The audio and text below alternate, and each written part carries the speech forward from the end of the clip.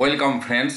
শিক্ষকদের টেট প্রসঙ্গে আমি এর আগেও ভিডিওতে বলেছি যে প্রথম পার্লামেন্টে এই নিয়মটা হয়েছিল, বিল তৈরি হয়েছিল, তারপর সেটা আইনে পরিণত হয় এবং লোকসভাতে কিভাবে এটা আলোচনা হয়েছিল, কিভাবে এসেছিল আমি সেটাই আলোচনা করব।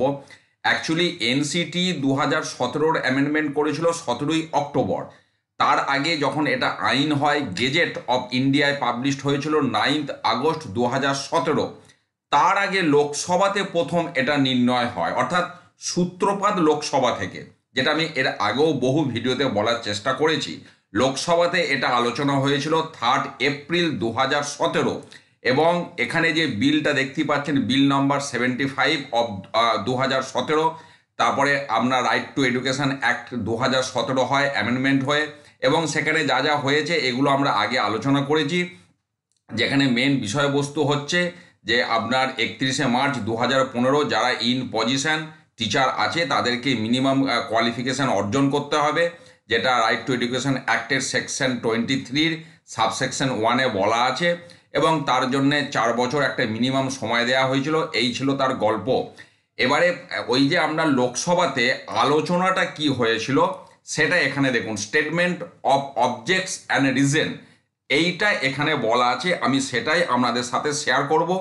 এই যে বিষয়টা এখানে কি ছিল, অ্যাকচুয়ালি আমি এর আগে একবার বলেছিলাম একটা ভিডিওতে যে 2002 সালে ভারতের সংবিধানের যে 86তম অ্যামেন্ডমেন্ট করা হয়েছিল, 86তম অ্যামেন্ডমেন্ট করে আর্টিকেল 21A কে ইনসার্ট করা হয়, এবং সেই আর্টিকেল অনুযায়ী যেটা বলা হয়েছিল যে 6 থেকে 14 বছরের শিশুদের ফ্রি অ্যান্ড কম্পালসারি এডুকেশন দিতে হবে। এই ছিল বিষয়টা, এবং যার জন্য রাইট টু এডুকেশন অ্যাক্ট 2009-এ আসে, যেটা 1 এপ্রিল 2010 থেকে চালু হয়েছিল। এই ছিল এর প্রথম গল্প। এবং এখানে যেটা যে জায়গাটাকে মেন জোর দেওয়া হয়েছে, যেটা সুপ্রিম কোর্টও বিভিন্ন ছত্রে রায়ের মধ্যে উল্লেখ ছিল, ইকুয়াল অপরচুনিটি, অর্থাৎ শিশু যারা আছে তাদেরকে সবাইকে সমানভাবে শিক্ষা দিতে হবে, যে কারণে শিক্ষকদের ন্যূনতম যোগ্যতাটা সমান করতে হবে। এটাই ছিল উদ্দেশ্য, এবং লোকসভাতে সেটাই এখানে বারবার কিন্তু বলা হয়েছে। এবং তারপরে যেটা বলা হচ্ছে, যে কারণে রাইট টু এডুকেশন অ্যাক্টের সেকশন 23-র সাবসেকশন 2-তে এই বিষয়টাকে আনা হলো, যে যে সমস্ত শিক্ষক শিক্ষিকারা 31শে মার্চ 2015-তে ইন সার্ভিস, এবং ডেডলাইন দিয়ে দেওয়া হলো for a teacher who does not possesses minimum qualification as laid down in subsection 1 of the said section to acquire such minimum qualification. এইখানেই প্রথম এই বিষয়টা আপনার লোকসভাতে এই বিষয়টা প্রথম কিন্তু আলোচিত হয়, অর্থাৎ সূত্রপাত এই জায়গা থেকে আমি বারবার যেটা বলতে চাইছি। এবং তারপরে দেখুন আপনার এখানে তারপরে যেটা বলতে চাইছে যে 4 নম্বর পয়েন্টে, যে এই সমস্ত কিছু হবার পর যেটা বলা হচ্ছে যে state government have not been able to continue the training process, অর্থাৎ যে সময়কালটা দেওয়া হলো সেই সময়কালটা পেরিয়ে যাবার পর, after completion of the set period, কোনো রাজ্য সরকারের আর কোনো ক্ষমতা থাকবে না যে ইন সার্ভিস আনট্রেন টিচারদের ট্রেনিং দেওয়ার। এবার এখানে একটা মজার ব্যাপার দেখুন, এখানে কিন্তু সেই ট্রেনিংয়ের কথা বলা হচ্ছে, কিন্তু টেটটা কখনোই কোনো ট্রেনিং নয়। এখানে ট্রেনিং বলতে কি বলতে চাইছে সেটা আমরা সকলেই বুঝি, যেটা ডিএলএড বা বিএড এই সমস্ত বিষয়গুলিকে বলা হয়।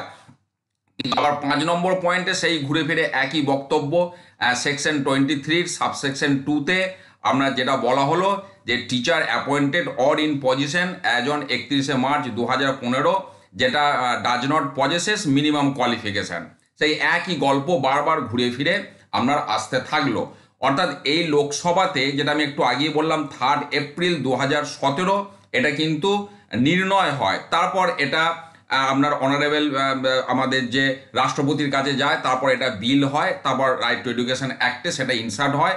সেই মোতাবেক এনসিটি 2017-তে তাদের অ্যামেন্ডমেন্ট নিয়ে আসে।